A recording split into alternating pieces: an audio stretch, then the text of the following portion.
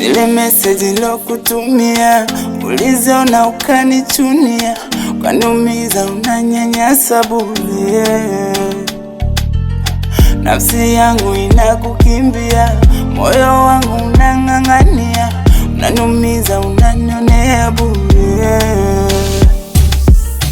Naogopa nisije nikulipize wewe, nitakufuru haki ya nani?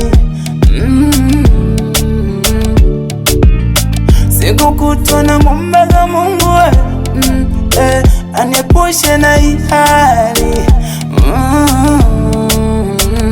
Na hizi siku sawa, wale unitendeayo, tenda chema wendo dawa. Naumia, niko radhi kuachawa, ulilia penzi lako kwa upole bila mkwala.